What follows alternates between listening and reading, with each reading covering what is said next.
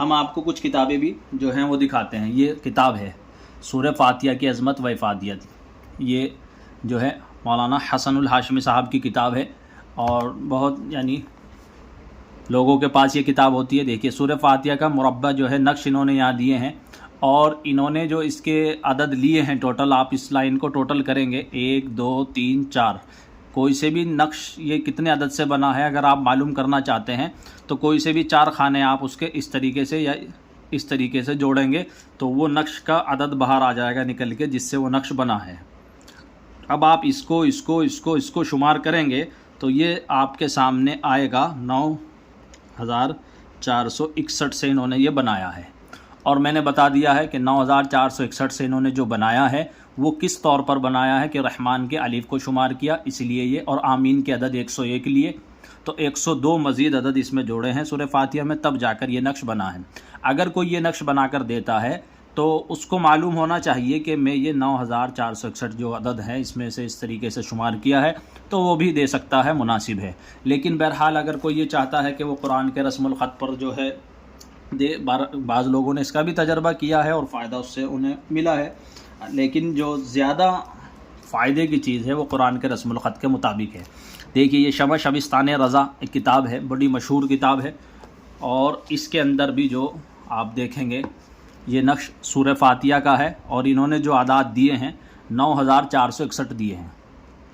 میں نے بتایا ہے کہ 61 کیوں آ رہا ہے کہ وہ رحمان کا الف انہوں نے جوڑا ہے. حالانکہ بسم اللہ میں یہ حضرات دیکھیے اوپر بسم اللہ انہوں نے لکھی ہوئی ہے، آپ دیکھ سکتے ہیں 786. بسم اللہ میں رحمان میں الف نہیں لیا ہے. تو اب آپ اس کو خود دیکھ سکتے ہیں کہ ایک قاعدہ خود ہی بنایا، ایک جگہ اس کو جو ہے فالو کیا، ایک جگہ نہیں کیا. تو خیر پھر ایک نسخے میں غلطی یہ ہوتی ہے، یہ 3 ہے ادھر 2 ہے، 3257 سے انہوں نے شروع کیا ہے، حالانکہ یہ 2357 ہے، یہاں 3 نہیں ہے. آپ غور سے دیکھ سکتے ہیں اس کو. لکھنے والے جو نقل کرنے والے ہوتے ہیں، کاپی کرنے والے ہوتے ہیں، وہ تو جو لکھا ہوا ہوتا ہے اس کو اتار لیتے ہیں. انہیں کیا پتہ کہ 32 سے شروع ہوگا نقش کے کس سے شروع ہوگا، کیونکہ ان کو کچھ اصول معلوم نہیں ہوتے ہیں، جو صرف نقل کرنے پر لگے رہتے ہیں. تو اسی لیے ہم کہتے ہیں صرف نقل نہ کریں، کچھ عقل بھی لگائیں اور اس کو سیکھیں فن کو. دیکھیے یہ رہا. اسی طریقے سے ایک کتاب ہم آپ کو اور دکھائیں گے، جو بڑی بڑی مشہور کتابیں ہیں اصل تو وہ دکھائی ہیں، نہیں تو بہت ساری کتابیں ہیں اور مختلف آپ کو نقش ملیں گے اس کے اندر. یہ نقش سلیمانی کتاب ہے، آپ اس کے اندر دیکھ سکتے ہیں. یہ دیکھیے آئزن کر انہوں نے ایک عمل ذکر کیا ہے، سورہ فاتحہ کو مریض کے گلے میں باندھے اور ہر روز چینی کی رکاوی پر لکھ کر گھول کر پلائیں. اور نقش مکرم و معظم یہ ہے، انہوں نے سورہ فاتحہ کا یہ نقش دیا ہے، یہاں یہ اس سے اشارہ کر کے نشان بھی دیا ہے.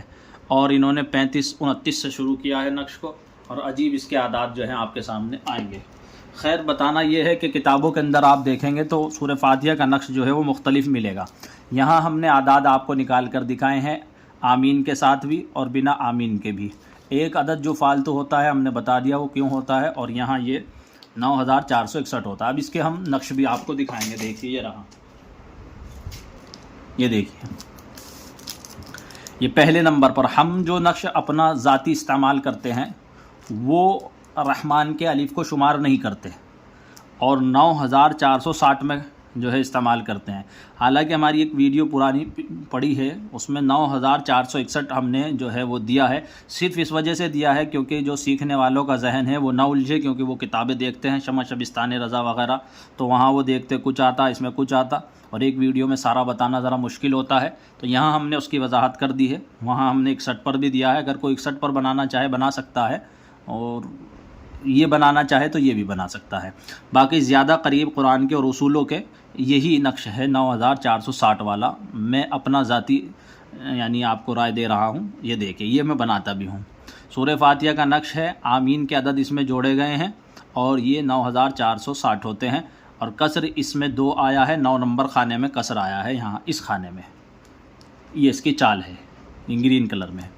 اسی طریقے سے آپ دیکھیے دوسرا جو نقش ہے، اگر آمین آپ نہیں جوڑتے ہیں اور رحمان کا الف بھی نہیں جوڑتے ہیں، صرف سورہ فاتحہ لینا چاہتے ہیں، صرف سورہ فاتحہ کے عدد نکال کر نقش بنانا چاہتے ہیں، تو یہ نقش بھی صحیح ہوتا ہے. لیکن آپ کو معلوم ہونا چاہیے کیونکہ عامل کی نیت بھی جو ہے نقش کے ساتھ اثر کرتی ہے.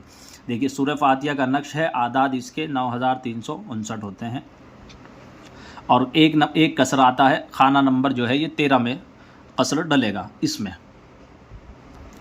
یہ ہم نے آتشی چال یہاں ذکر کی ہے۔ ہم اپنے سیکھنے والوں کو جن کا جو ہے ہمارے یہاں داخلہ ہے، آیت الکرسی کے اعداد، سورہ فاتحہ کے اعداد اور چاروں چالیں مربے کی، یعنی آتشی بادی جو پلانے والی چال ہوتی ہے وہ بھی، اور جو پہنانے والی ہوتی ہے وہ بھی، اور اسی طریقے سے یہ 4 خانے والا ہے، اس میں 3 خانوں والا بھی بنا کر ان کے جو ہے گروپ میں جس میں داخلے والے جوائن ہیں اس میں ہم ڈال دیں گے، وہ اپنے پاس کاپی میں نوٹ کر لیں، اور اس کو جو ہے آگے آپ پینے کے لیے جو ہے آبی چال سے دے سکتے ہیں، اور باقی جو مریض کا نام ہو اس کے مطابق چال سے اس کو دے سکتے ہیں۔ یہ دیکھیے، یہ وہ ہے جو کتابوں میں عام طور سے ملتا ہے، شمع شبستان رضا وغیرہ میں۔ سورہ فاتحہ کا نقش ہے یہ رحمان، اس طریقے سے وہ لکھتے ہیں، دیکھیے را حا میم الف کے ساتھ رحمان پلس آمین اس کے ساتھ جوڑا جائے تو 9461 عدد بنتے ہیں۔ اس میں جو ہے 3 قصر آتا ہے، خانہ نمبر 4 میں یہ یہاں قصر ڈلے گا، اور یہ نقش آتشی چال سے آپ کے سامنے ہے۔ امید ہے آپ کی سمجھ میں یہ ساری بات آ گئی ہوگی۔ جن لوگوں کو اعداد نکالنے میں جو ہے بہت الجھن ہو رہی تھی اور اعداد صحیح نہیں آ رہے تھے، وہ کہہ رہے تھے اس کی وضاحت کریے، تو میں نے بتایا تھا کہ میں ویڈیو بناؤں گا اور اس پر سب وضاحت کروں گا، تو یہ یہاں وضاحت اس کی کر دی ہے۔ اور سورہ فاتحہ کے اور بھی بہت سے اعمال بتائے جائیں گے، ایک سورہ فاتحہ ہو گئی، آیت الکرسی ہو گئی، اور قل اعوذ برب الفلق اور ناس اور سورہ جن، سورہ مزمل، یہ ایسی چیزیں ہیں جو عاملوں کو روزانہ استعمال کرنی ہوتی ہیں اور روز استعمال میں آتی بھی ہیں۔ یہ کیونکہ بیماری کے لیے دیا جاتا ہے، تو عاملین کو یہ تو معلوم ہونا چاہیے یہ نقش کہیں سے شروع ہوتا ہے اور اس کے ٹوٹل اعداد کتنے ہیں، یہ بالکل زبان پر ازبر ہو اور قلم کی نوک پر بھی ہو، کہ جب لکھنا شروع کریں تو بالکل کہیں قلم نہ ہو جو ہے رکے۔ تو اس کے لیے اس کی مشق بھی کریں، اپنے ہاتھ سے لکھ کر دیا کریں، فوٹو کاپی نہ کرایا کریں، فوٹو کاپی کرا کر آگے مریضوں کو نہ دیں۔ امانت داری سے، خدا کی مخلوق ہے، پریشان حال ہے، اس کی خدمت کی نیت سے جو ہے اس کام کو سیکھیں، اس کام کو کریں، انشاءاللہ آپ کی زبان میں، آپ کے قلم میں جو ہے تاثیر ہوگی، اور ہمدردی کا جذبہ ہو، لوٹنے گھسوٹنے کا کوئی معاملہ نہ ہو۔